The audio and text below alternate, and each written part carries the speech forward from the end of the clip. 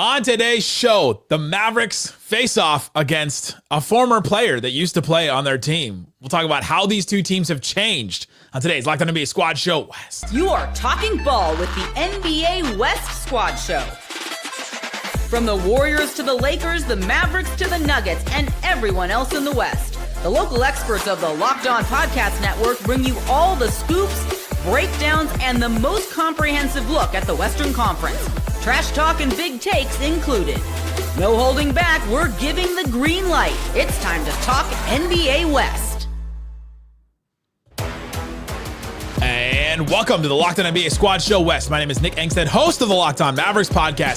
Still standing over here. This is the Squad Show where we take over the feed of your favorite Locked On show. It's an open invite for any host to join and talk about anything they want in the NBA's Western Conference. Maybe not anything that they want, because Ryan Blackbird of Locked On Nuggets is here, and I don't think he wants to talk about the Lakers at all. And you know we're going to get into that, Ryan. Yeah, they're a miserable watch. Hate to see it. It's just like, why would anybody actually want to discuss Luka Doncic? Like, none of you guys have any interest in talking about Luka Doncic, do you? Rylan Stiles of Locked On Thunder is here as well, and I guess you have more teams to be afraid of now, Rylan? Yeah, I mean, the Lakers had an impressive game on Saturday. It kind of makes you clutch your pearls a little bit, but we'll get into it. And Andy Kamenetsky of Locked On Lakers. We will get into the Lakers. We'll talk about some other things. We'll talk about the West. We may talk about something completely different today, but let's start with this, gentlemen. Tonight, if you guys are listening to this on the Tuesday, is the first time that Luka Doncic will play against his former team. Andy, how have the Lakers changed? We saw the first masterclass from LeBron and Luka together against the Nuggets the other day. How has this Lakers team changed now? It might be easier for me to come up with a list of how they haven't changed, because it is such a radically different team than the one that opened the season to where we are now. And there had already been multiple incarnations of that team, even pre-Luka trade, where they started out all offense, no defense, and they started shifting into a defensive force that couldn't score. And then they were starting to find a bit of a balance. And then Anthony Davis got hurt. And then they were somehow managing to maintain their defensive integrity without Anthony Davis. And then this trade sucker punches the world. And now the Luka Doncic trade. Nick, okay. I was talking about. I thought you were talking about the Caleb Martin trade. I don't know. No. I mean, don't get me wrong, big as well, but this is even bigger. And he warmed up the other day. The win over Denver on Saturday is the first time we've seen the Lakers in the post Luka era beat a good team. It's the first time we've seen them with Luka looking like Luka Doncic, and it's, if not the first time, it's one of the first times that we've seen this group with everybody present, healthy, and accounted for. So I am learning about who this Lakers team is in real time, in the same way that I think fans are, in the same way I think, honestly, the Lakers themselves are. Like, the sample size looks promising, and the Lakers have been playing pretty well before Luka trade even happened. But who they are moving forward is something we are going to be discovering over the next couple months. Brian, you kind of like squinted or kind of like cringed when he said a win over a good team. Is this win for the Lakers all it's cracked up to be? Well, I mean, I don't know if you can judge this game purely on the fact that Peyton Watson and Deron Holmes did not play. So let's be honest. Can't judge them. Can't judge them until Jared Vanderbilt plays. Can't judge them until you get your guys back. No, I think obviously this Lakers win was a big one, and the way that they did it was extremely impressive. I thought, JJ Redick talked about not being able to sleep before putting together what was a masterful game plan. They played extremely hard. Do I think the Nuggets are dead against this Lakers matchup? No. I think that Nikola Jokic, if anybody's going to figure out how to master that kind of defense, it's probably him. But I do think that what they did, playing as small as they were and switching everything 1 through 5 and cutting in and being aggressive, they held the Nuggets to 30 paint points in that game, which is their fewest in a game this season. The Nuggets averaged 59, so it was half. They have their paint points. It was very, very impressive. Jokic took 4 shots in the paint the entire game. It was a very impressive performance. I think that they are a threat. They're probably in the same tier as all of these teams below the Thunder. And we'll just have to talk about whether any team can actually crack what the Thunder are doing, but the Lakers have a shot. I've watched all these games for the Lakers since they've got Luka. I've some kind of interest in this, and it was such a Luka team thing to lose to the Hornets and the Jazz and then to beat the Nuggets. Like, Right. Andy talks about how the team has changed. Like, that is how a Luka team goes, is that he will rise to any competition, and sometimes he will fall to any competition and like lower himself to any competition too.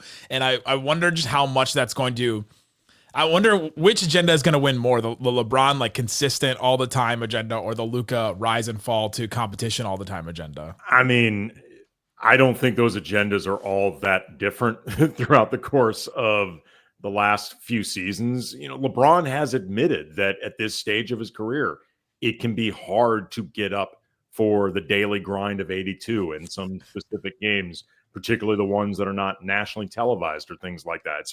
It's one of the things that I think is so great about adding Luka to this mix beyond everything that comes with Luka. It's something brand new for LeBron. Like, there's very little at this stage of his career that has not seriously been there, done that. We just all need to give LeBron new things all the time, right? Like, this guy has never played with any good talent ever.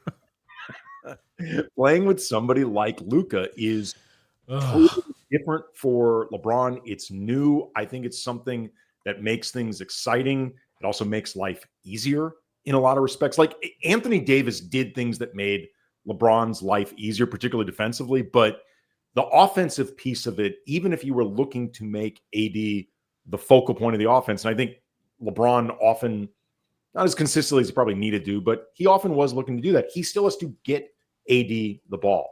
Luka truly makes LeBron's life easier offensively because he can do all the LeBron things.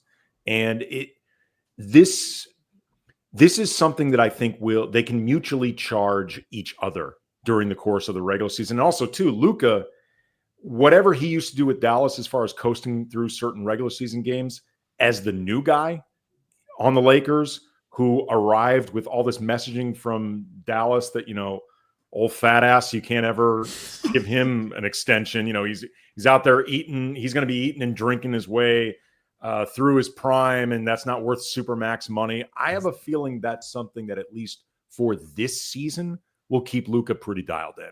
I need a recovery beer. He will. I think he still will. The thing that was always ridiculous about that is LeBron rarely misses an opportunity to remind you of how much tequila and red wine he consumes. Like, I don't. As long as Luka plays well, I don't think LeBron's going to be on him about a post-game cerveza. I mean, you're just drinking liquid bread, basically, is what you're doing. I mean, it's definitely a different thing. But the thing that was so ridiculous about that discourse is that Luka could still go out and do whatever he was doing and wake up the next day and put up a 30-point triple-double.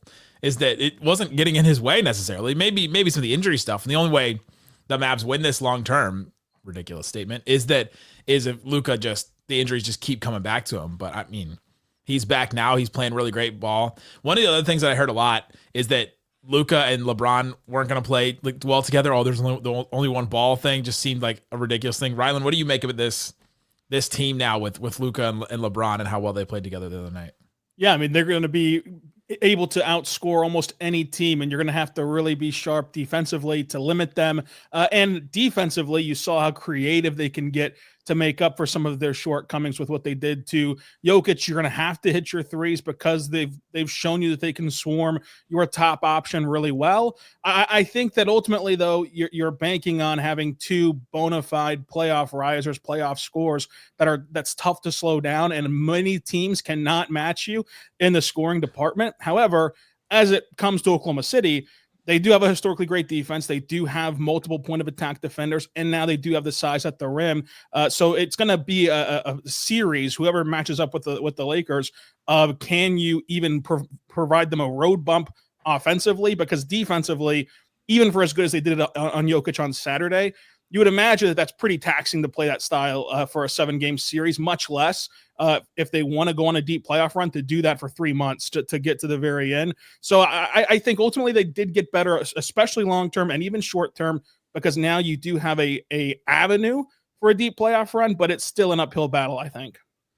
Coming up, let's talk about the Thunder and the Nuggets. We got the two hosts here. Let's talk about the run that the Nuggets have been on. Was it a fake run that they just recently went on? And what do the Thunder look like with their two bigs now for a little while? Talk about that and more coming up. Today's episode of Locked On NBA Squad Show West brought to you by the great DoorDash. Many of you have used DoorDash, and there's so many games on every night that you just have to watch now after all these trades that you may not have time to leave and go get food. Go get DoorDash, and while you're at it, if a player scores 50 or more in a game during the 2024-2025 season, Dash Pass members get 50% off an order, up to $10 off the next day from noon to midnight. So take advantage of that. Watch, because if I know Luka, and I do, he will get 50 against this Mavericks team in this next game. So pay attention to that game because he's going to be putting up some buckets. Sign up for Dash Pass today and be ready to save. Whenever a player scores 50 or more in a game, Dash Pass members get 50% off an order the next day, up to $10 off. Just use promo code NBA50. That's NBA, the number 5, the number 0, from noon to midnight after a 51 game on eligible orders at participating merchants. Must have an active Dash Pass account. Terms apply. Visit DoorDash to learn more.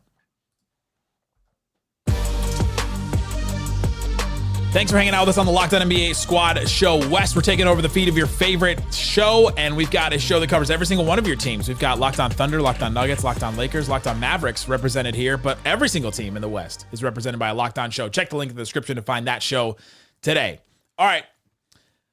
Ryan, we were kind of talking about the Nuggets earlier. They recently went on a nice little win streak. They were a 9-win, 10-win win streak. Yeah, and 9 wins.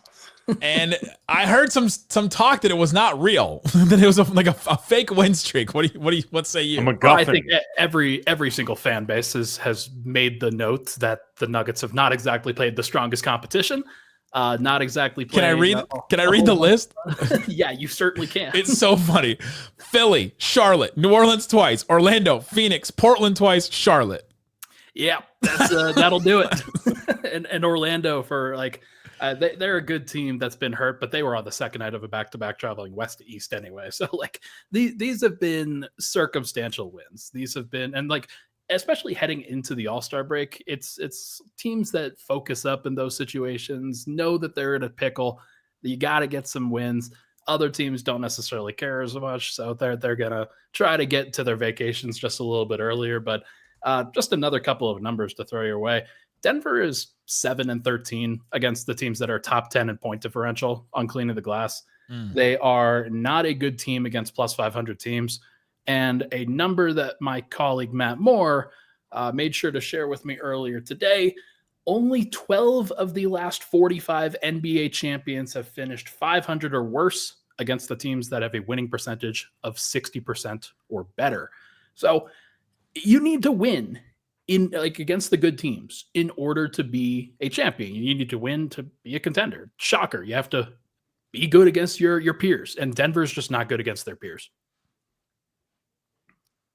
I do think that the winning streak matters at least a little bit because, like Matt Moore mentioned on the last squad show, this is the same team that lost to Washington. Like they're like beating the teams you're supposed to beat does count for something. You can't get to even where the Thunder are at without taking all those games seriously, doing what's required to win those games, especially heading into that All-Star break. So I do think it matters. I don't think it's worth looking into as in like this is the reason why they're title contenders. They're contenders because they have the best player in the world, no matter if they go on a 9-game winning streak against losing teams or go on a 10-game winning streak all against teams above 500. What you do with the best player in the world is ultimately what's going to make or break this Nuggets season. And the Nuggets, I think, still should be viewed as true contenders. Yeah, Rylan, you're just here as the representative to say, are the Thunder scared of this team? Like I feel like I ask you that every single week. What is the Thunder's thoughts on the Nuggets matchup? Yeah, anytime you play the best player in the world, you're going to have an uphill battle. We've seen throughout NBA history that those type of players like Jokic, even if they have a worse roster than its counterpart in a series, they can just make up a lot of the differences. What I think that series comes down to is the role players and like on the margins who you think is going to end up beating the other. For example, with what the Lakers did of just daring some of these guys to shoot and putting 4 guys in the paint on Jokic, those guys could not force the Lakers to get out of that. They could not do enough to make up for that. It's what Dallas did to Oklahoma City last year, where they just allowed the Thunder to shoot with Wiggins and Joe and Kaysen and Dort, and they didn't come up green on that. They did not perform well. If that same thing happened to the Thunder this year, they wouldn't be able to win a series. If that same thing happens to Denver in a series, they won't be able to win that series. So I think that each team has a clear head of the snake. They have guys who can step up next to them, like a Jamal Murray, like a J-Dub, but it's going to come down to who consistently gets the most out of Wiggins and Christian Brown, and who gets the most out of Lou Dort and Michael Porter Jr., and who gets the most out of the guys down the list, because ultimately at the top, it's a little bit of a wash with what these two teams can do. And so it's going to come down to spacing primarily. Whenever you put a lineup out there that has Russell Westbrook and has Christian Brown, how do you make up for the lack of spacing? And for the Thunder's sake, these are role players who have found their stride shooting the ball, especially since the turn of the new year, but they haven't done it yet in the playoffs. They haven't done it yet when lights get bright. And Sunday's win over Minnesota was really the first massive game where it's a nationally televised game. The playoff crowd, it felt like that in Minnesota. And Wiggins hit 3 straight threes, and Isaiah Joe hit 2 timely ones, and Alex Caruso was an absolute menace on defense and offensively, provided that connective playmaking that Josh Giddey can't provide. So all those things are stark differences to what they had a year ago in the playoffs, and it's why I think you should buy into the Thunder more than just looking at what they did against Dallas last year to kind of cast doubts. But they still have to go out there and execute. Well, Washington still exists. Yeah. To the point that you're making, Rylan, about the role players and how, or even the guys who are a peg above role player but still are not the stars of your team, and how much they can affect the series. Going back to Saturday's game against Denver for the Lakers, for all the talk about the way the Lakers neutralized Jokic defensively, and I get why it gets focused on, because they truly did a hell of a job on Jokic, but also he's Nikola Jokic.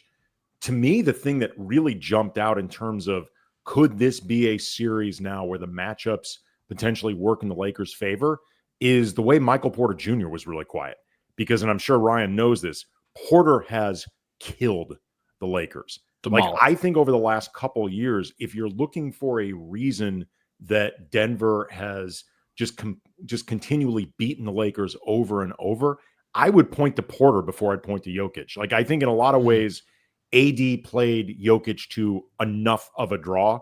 And even if it's advantage Jokic, it's pretty much advantage Jokic for every game he ever plays. But Michael Porter Jr. used to just torch the Lakers. He had a game where he was, I think, 10 of 10 from the field, and he was really quiet in this game. I think in part because some of the defensive configurations have changed, both in terms of the matchups and also the way JJ does it. But if the Lakers have figured out ways to keep that guy quiet and defend Jokic and flip some of the matchups in the way Denver has to defend them, then the series may really tilt. Flip side is, we haven't seen the Lakers play, the new look Lakers play the new look Thunder, certainly not since the beginning of the season. I don't know if last year's matchups carry over to this year. Last year, the Lakers were a bad matchup for the Thunder. This year, I don't know. Like, it may have flipped, because the Thunder is now a much bigger team than the Lakers, and that used to be the thing that gave the Thunder so much problem with the Lakers. It was the Lakers being so much bigger than them. The Michael Porter Jr. point, I think, is very salient. It's one of the things that I think Nuggets fans are afraid of when it comes to the playoff matchups, and how much physicality is generally applied in playoff situations to teams like the Minnesota Timberwolves, the Oklahoma City Thunder, the Los Angeles Lakers, teams that the Nuggets have either struggled with now or struggled with then. Michael Porter, he will struggle with the physicality, and that was a very significant factor in the matchup on Saturday. And against the Thunder, all you have to do is go up against the best perimeter defense I've ever seen. Like, that's the only thing that you've got to do. And like, the way that they have, like, they've just got so many ways that they can mix and match those lineups and rotations and concepts, and ways that it will bother what the Nuggets do. They'll be more prepared for a playoff matchup than they were for this first matchup against the Lakers. And I think that it's probably more of a one-off than anything else. But I do think that, like, it's just another indicator that Denver struggles with physicality. They struggle when you get into their airspace. Jamal Murray gets a little bit bothered. Michael Porter gets a little bit bothered. And if you don't have enough shooting around them to kind of compensate for that, then things are going to look pretty ugly at some point. And then The Thunder have been able to take away Ludort's been able to take away Luka Doncic in series for as much as you can contain him. Like last season, it was not about Luka and Kyrie just dominating Oklahoma City. It was about how their role players stepped up and the Thunder's role players didn't. So in a battle with the Lakers, if that trend continues and Luka is still a good player, but he's not Luka Magic against Oklahoma City, then you go on the flip side of the court where a year ago, to Andy's point, they were the best defending team for Shea because they were so long on the perimeter.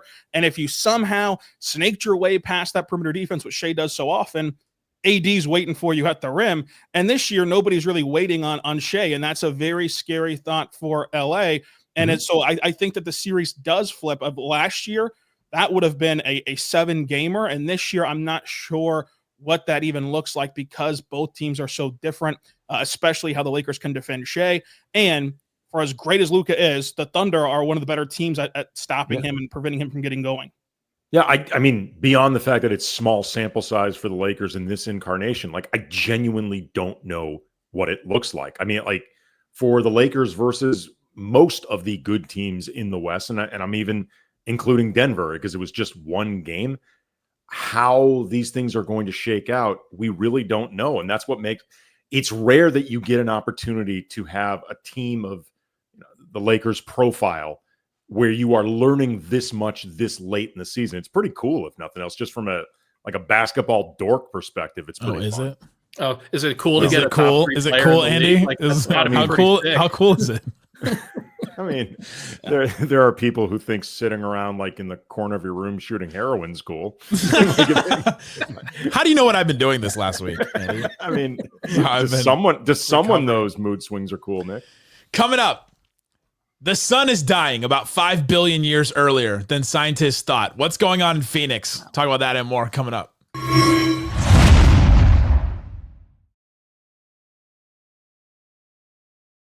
Thanks for hanging out with us on the Locked On NBA Squad Show West. The Suns are just like a dying team in front of me. Like I look at this team, and the last time I saw the Suns in person was when they played at Dallas on November 8th. Guys, they were 8-1, and they were taking the league by storm, and you were feeling good about them. Then all of a sudden they completely fell off a cliff, and now it just looks like this team is ready for the season to be done, and they don't own any of their own draft picks until 2031. Rylan, you're up on middle school basketball. Which class is that? Like which age of yeah, 2031. You're looking at a lot of middle schoolers out there in seventh grade trying to get some hoops in. Go out to Tomlinson Middle School and see what's going on over there. I'm not gonna put that 2031 pick that Phoenix traded to Utah on the level of the Luka trade in terms of like shocking. Yeah, they started it with that. But I Luka will trade. say it's pretty damn shocking in its own right that Phoenix moved that pick seemingly without another move right there to make. Like that they didn't know what they were going to do. They just said, you know what? Let's break up this better pick into 3 worse picks. And then let's just see if that shakes things up. That's shocking. Like that is shockingly bad asset management. And Matt Ishbia is a madman in the worst kind of way. That dude is destroying the thing that he just bought. Help It's me, weird Jimmy Butler. You're my only hope. they tried apparently.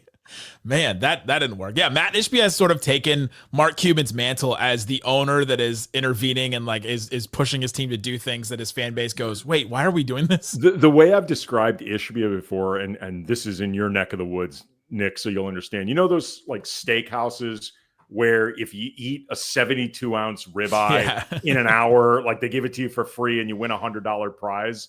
Matt Ishbia is the guy that does that steak challenge 3 times a day. Like that's his only meal. Like there's everything he does has to be the most aggressive alpha move available. Like he doesn't know any other speed than just recklessly and stupidly aggressive. And he leaves it and goes, I hit my protein goal today, guys. Like I hit my, like, it doesn't matter the other macros, like doesn't matter to him.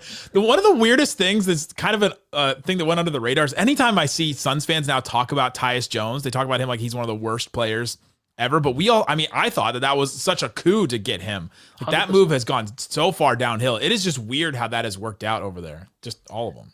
Well, as a matter of perspective, when you add a whole bunch of guards to a team that doesn't need any guards, probably not going to be a great idea. Like they've needed size, they've needed physicality, they've needed athleticism. The team is just like, it's a miserable watch right now because they don't do anything that a good team is supposed to do. That's the unfortunate reality over there. And Kevin Durant, I think, like they explored the idea of trading him, ultimately didn't. They'll probably regret that because they're not going to get a good deal this offseason for him, I don't think.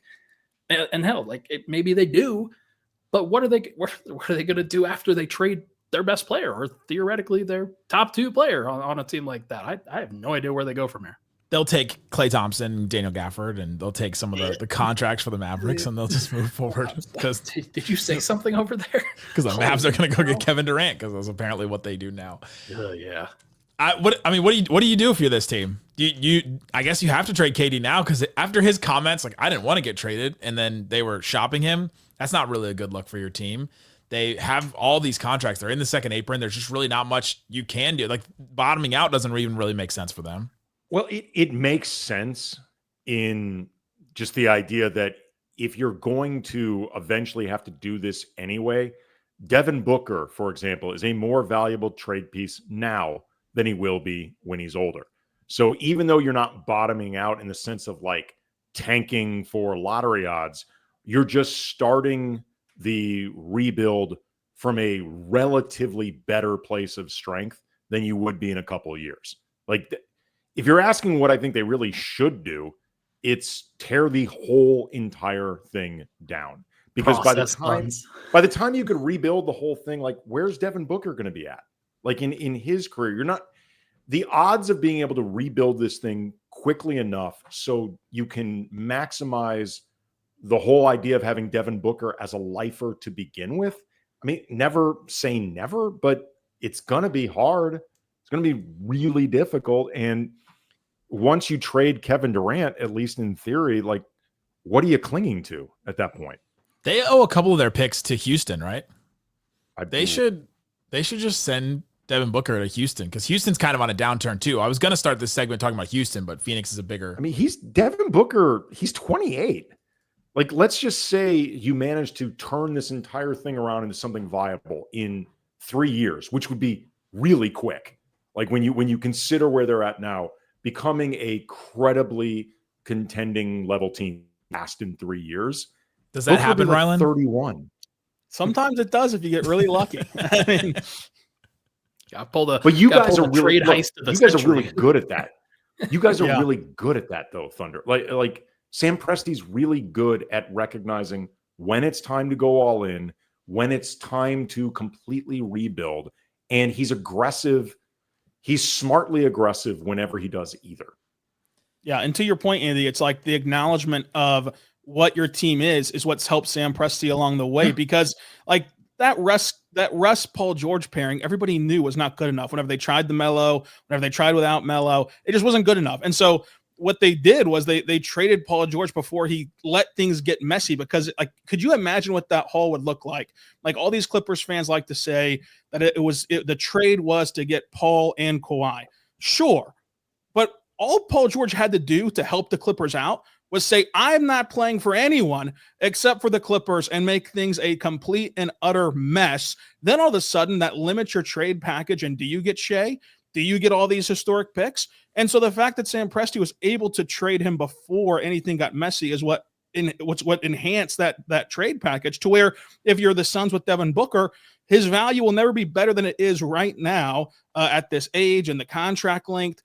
And if you hold on to him, it feels inevitable that he's going to want out. And if that's the case, then not only is he a year older and under less control, but he's then made a mess of things, and your return is then limited. So I do think that if we were running the Suns, we'd all agree to just go ahead and end this thing. To our lives, or to end what? Well, that's a little bit extreme, but also you're in the franchise.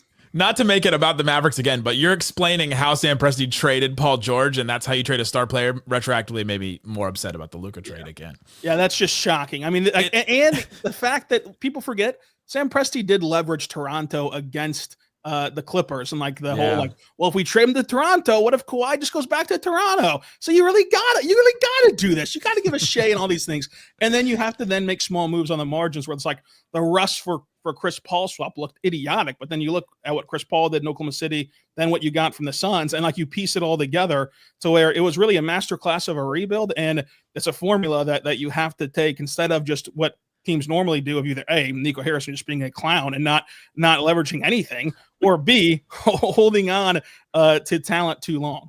But also, I mean, to continue what I felt forever about the Thunder just being an incredibly well-run organization. I remember I covered the 2010 Lakers Thunder series. Like it was the first time KD, Harden, and Durant were in the playoffs. So I got a look at the organization close up. I spent some time in OKC, but the way they are smart about, I think, just being who they are. I remember when they made the trade for Chris Paul, and at the time there was all this assumption that Chris Paul was going to be unhappy because he was going to be on this terrible team and that he would agitate his way out.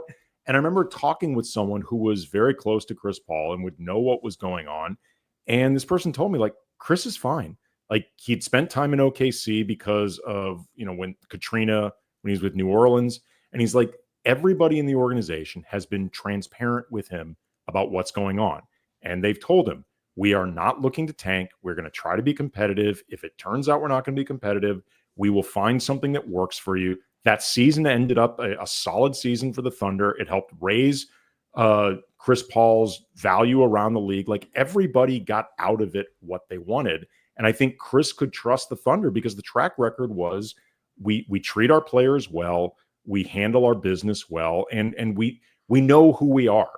And I think they do that in all their different incarnations very well. And then Chris Paul went and got a title finally, right? It didn't. He didn't make the finals. It didn't end in like everybody riding off into the sunset. Go check out the best shows across the network. Everybody on the Locked On NBA feed is great all the time. Go check out each one of the shows, your favorite team. Check out Locked On Lakers, I guess. Locked On Mavs, still talking about the drama over here. Locked On Thunder, Locked On Nuggets. Guys, thanks for listening to Locked On NBA Squad Show West. We'll be back with Game Night. We'll be back with Locked On NBA Daily. Great stuff all the time, all across the feed.